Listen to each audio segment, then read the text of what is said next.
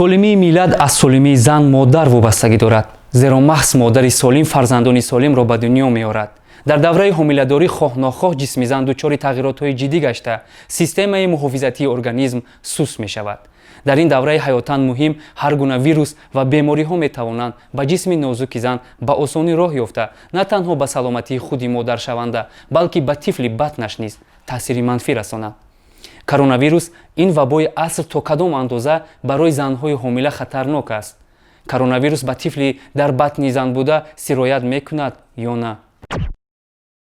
оё модари ба вируси COVID-19 гирифтор метавонад фарзанди солим ба дунё оварад?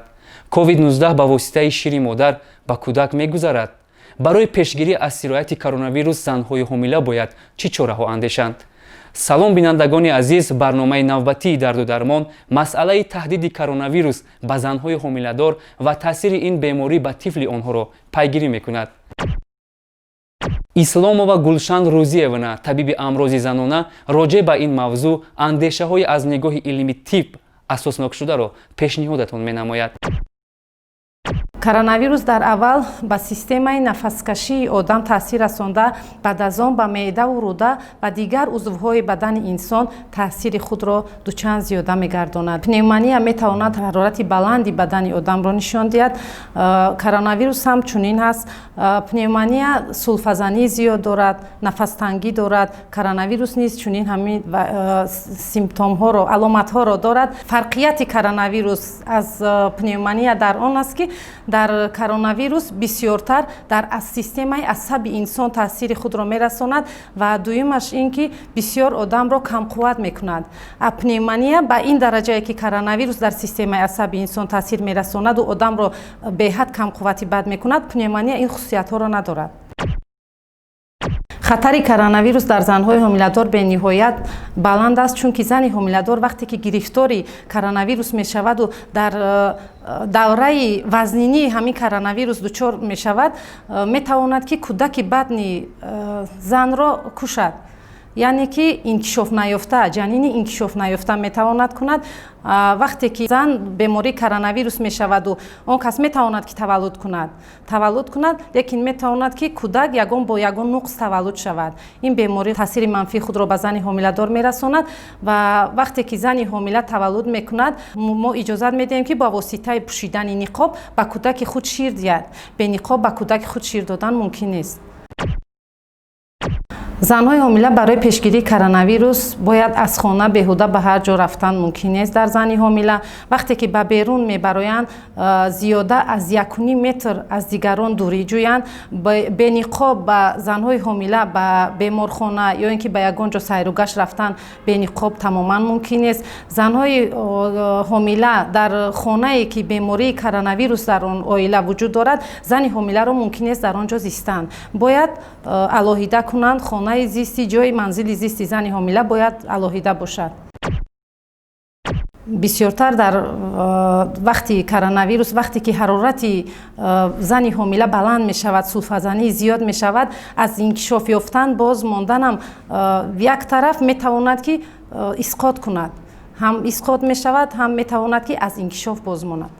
агар табобат сари вақт зани ҳомила табобати худро ҷиддӣ гирад, ҷиддӣ ба ин вирус сару кор гирад, зани ҳомила ягон вай метавонад ки солим кӯдакро ба дунё биёрад. занҳое ки ба бемории коронавирус мубтало мешаванд дар вақти ҳомиладорӣ, тифле ки аз онҳо ба дунё меояд, то ҳозир то ин дам ягон маротиба мушоҳида нашудааст ки тифл бо коронавирус ба дунё биёяд. вақте ки зани ҳомила мубталои коронавирус ҳасту тифл ба дунё мебиёрад, метавонад ба воситаи ниқоб кашидан ба тифли худ шир макунад.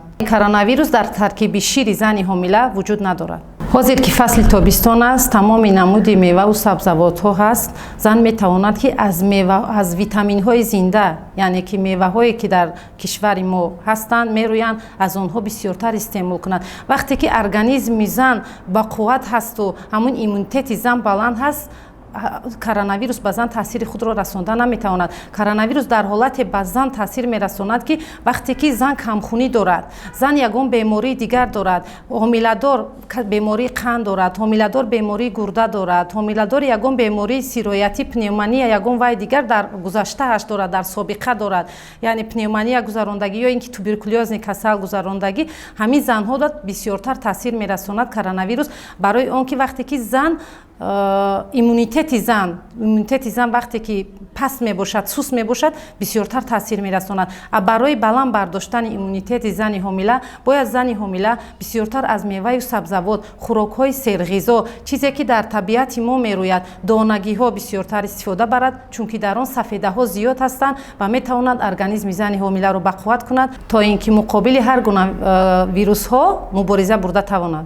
кӯдакони то синни 1 сола то имрӯз мушоҳида нашудааст ки ба гирифтори бемории коронавирус гарданд.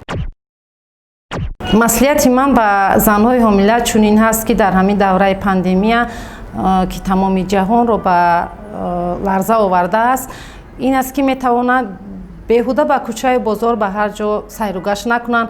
Агар хоҳанд барои сайругашт баромадан, метавонанд ниқоб пӯшанд ва ниқобҳои худро тез бояд иваз намоянд, аз дигар одамон бояд дурӣ ҷӯянд. вақте ки сулфа ё атса мезананд, дар муддати 10 дақиқа бояд даҳони худро ба дастмолакашон нигоҳ доранд, то ки ҳамун вирусе ки дар ҳамун вай даҳони онҳо қарор дорад ё ин ки аз берун ба онҳо нарасидан, ҳамин хел метавонанд худро муҳофизат намоянд. моро пайгирӣ намоед, зеро лоиҳаи дарду дармон нисбат ба саломатии шумо бетараф нест.